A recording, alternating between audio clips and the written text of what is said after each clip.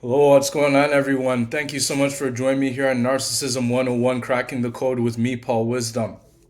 Okay, so before we get into what we are going to talk about today, like I say in every video, if you want a one-on-one session, you can email me at paul.wisdom_03 at hotmail.com, or you can send me a text message at 647-406-3057. If you want to call, just send a text to that number and just let me know that you want to talk about your narcissistic experience, and then I'll be more than happy to give you the help that you need. So, what we are going to be talking about today is the narcissistic fog slash the trauma bond. So this you guys have probably heard many times. Some of you don't quite understand what those two things mean. So I'm going to talk about those things right now in this video.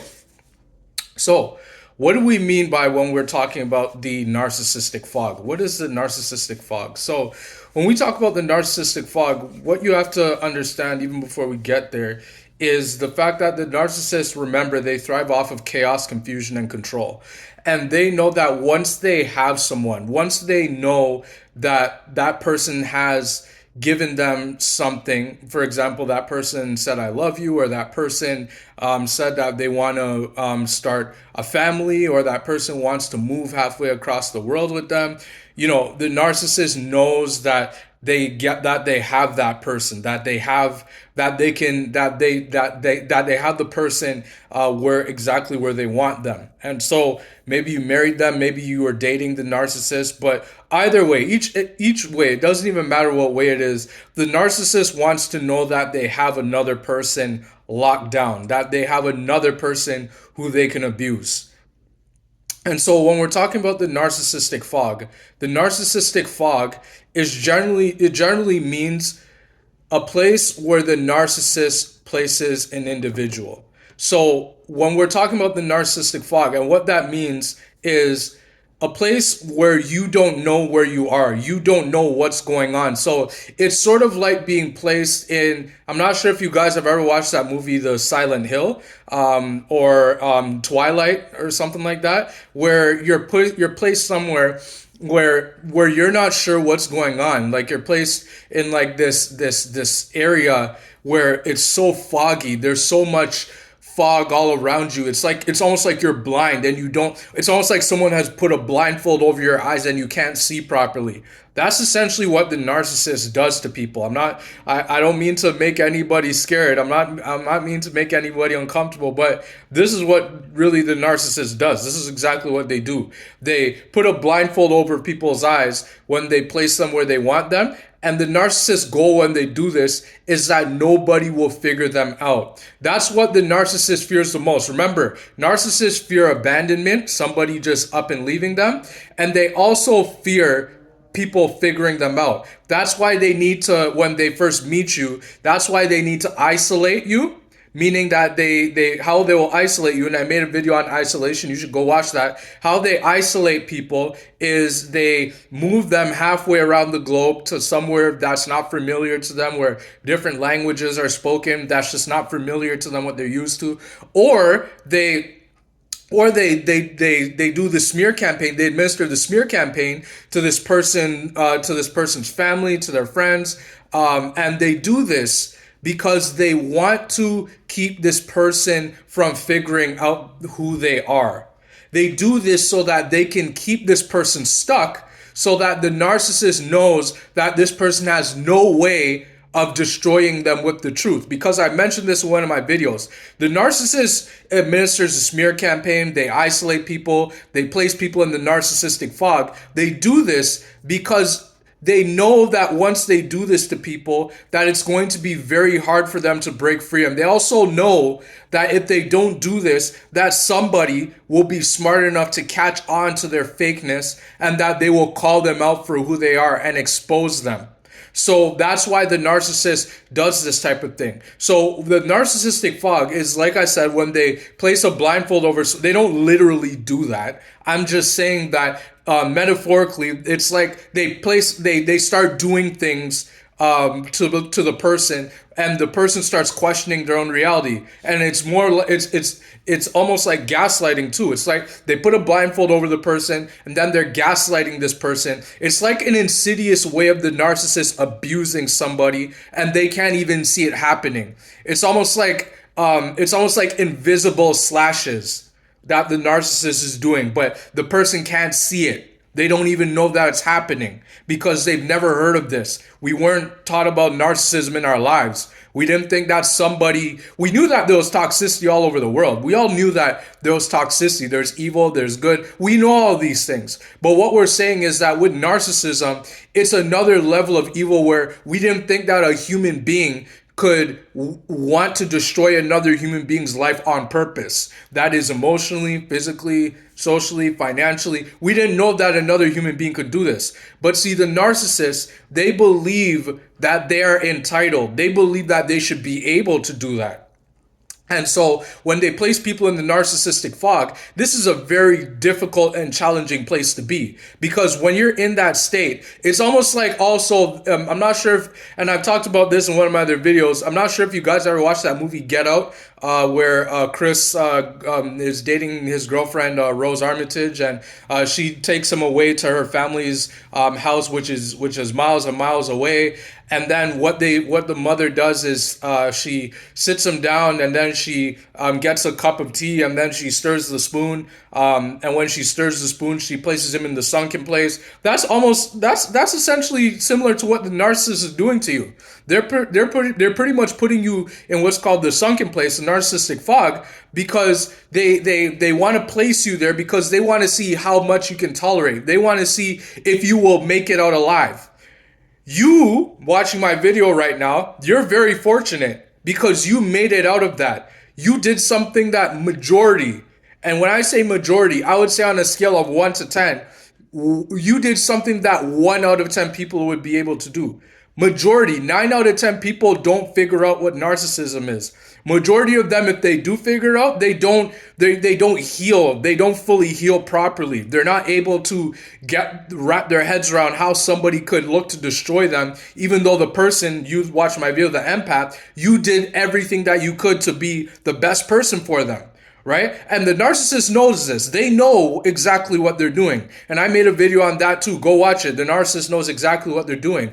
They know what they're doing because they've done it many, many times before you. And they were also doing it to other people while you were with them, while they knew you, because they know exactly what they're doing.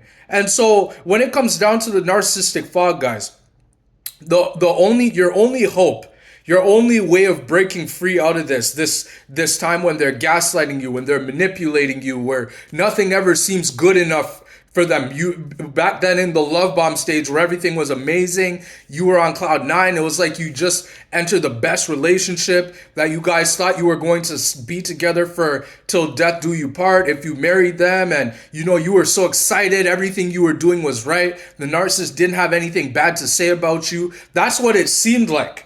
On the interior, that's what it seemed like to the exterior world, that you guys were in the best relationship. I'm sure you got compliments that you guys are such an amazing couple. You guys look so good. And when they were with the narcissist, when they were talking with them, they were saying, why would your significant other want to leave you? Or who would, like, you're the best you're one of the best people I've ever met, and so and so. But what they didn't know is that person was, lo and behold, a narcissist. Right? And so when it comes down to it, guys, when it comes down to the narcissistic fog, they know that they're manipulating, gaslighting, stonewalling, blame shifting, administering the smear campaign. They're triangulating you. They're doing object constancy. So object constancy also is something that we don't talk about that often. And it's when the narcissist is finding fault in everything that you do, whether that's cleaning the dishes, whether that's cooking for them. When you were in the love bomb stage, everything was great. You cooked all the amazing dishes. They complimented you on everything that you did. But then all of a sudden, now that they have you in the narcissistic fog, it's like Now everything you do is wrong, and you're trying to figure out what is going on here. It's like you're so blind, and it's like your health is taking a hit. You're getting sick, and you're feeling all these things that you never thought you would feel. That's the narcissistic fog. That's how the narcissist knows that they have you stuck. And while they're doing this to you, they're in the back of their in their head smiling, because they know that, oh yes, I have somebody, and I'm doing it again. I'm getting so much better at my skill. And see, the narcissist knows what, and they know that they're doing this to you. So that's what the narcissistic fog is, guys. Now, when we talk about the trauma bond, so the narcissistic fog, yes, is when the narcissist has you where they want you and they're abusing you with all those many things: manipulation, gaslighting, stonewalling, etc., etc. But the trauma bond, see, is a little bit different. See, the trauma bond is now your connection to that narcissistic fog. Right? So when you're in the narcissistic fog, you become so subservient, you become so brainwashed to the point where you're pretty much trauma bonded. Trauma bonded meaning that you feel so stuck that you feel as though you cannot let go of them. It's like being chained to like a hook. It's like the narcissist has you chained to a hook. And that's the trauma bond. They know that once they have you on that trauma bond, they know that you are not going anywhere. They know that you can't break free of this trauma bond because they have you stuck. They have you where they want you. And so when it comes down to the trauma bond, guys, it's very hard to break free from that. And, many people don't break free from the trauma bond because all that life they gave to the narcissist, all that love they gave of themselves, all that supply that the narcissist took from that person, they know, the narcissist knows that they took from that person, and that person now has no way out. They have nowhere to go, right? So this trauma bond, this narcissistic fog that you are stuck in, the question many people are going to ask is, how do I get out of there, Paul? How do I let loose? How do I let go? How do I get away from the narcissist? Well, the answer to that question is your only hope, and I've been talking about this recently in some of my other videos. Your only hope, guys, and I'm gonna mention this in this video, is to start praying. Get on your knees and start praying. You know what I mean? That's your only hope of breaking free. If you're not spiritually strong, if you don't have a relationship with God, and you don't know how you're going to get out of it, your only hope is to start praying.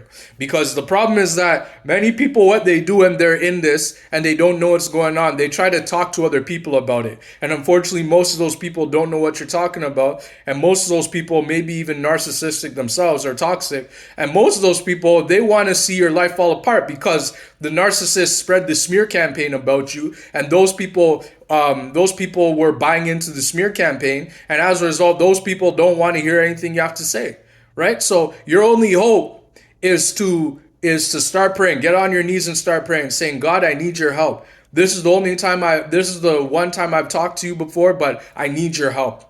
And then, and then you're going to have to start doing things that you enjoy, right? Getting your peace back, doing things that you love.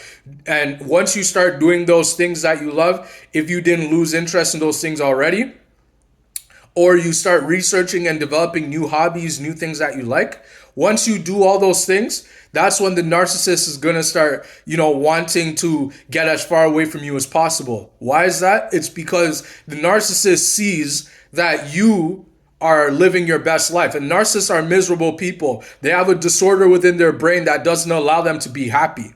And so because of that, they see that you're happy now. They see that you're living your best life. They're going to try to do anything possible so that you do not live your best life. They're going to try to destroy anything that you love doing. They're going to make it seem as though they're happy for you, but then they're going to flip it in an instant, and then they're not happy for you. It's like an up and down thing with the narcissist, where they do that thing on purpose because they want to keep you stuck. They want to regain their control over you. And the only way to do that is to cause chaos and to cause confusion and then to control you, because they know, and I mentioned this in many of my other videos, go watch my video on chaos, confusion, control. The narcissist knows that if they can cause chaos and then confuse you, then they know that once they've done those two things, that they have control of you, because they do this and all narcissists do this, guys. Get this now.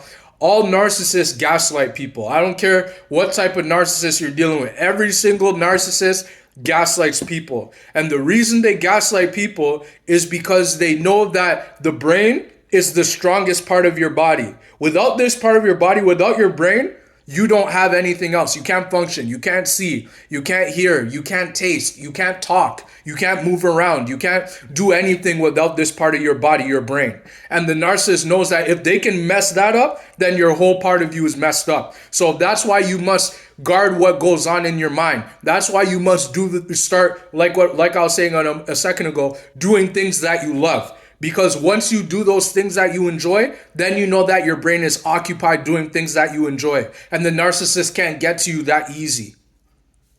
So yeah, guys, I hope that this video helped you out. Like I said, if you want a one-on-one session, you can email me at paul.wisdom_03@hotmail.com, or you can send a text message at 647-406-3057. If you want to call, then just send a text to that number. Just let me know you want to talk about your narcissistic experience, or you just have questions about this video. Drop a comment below if you know what I'm talking about.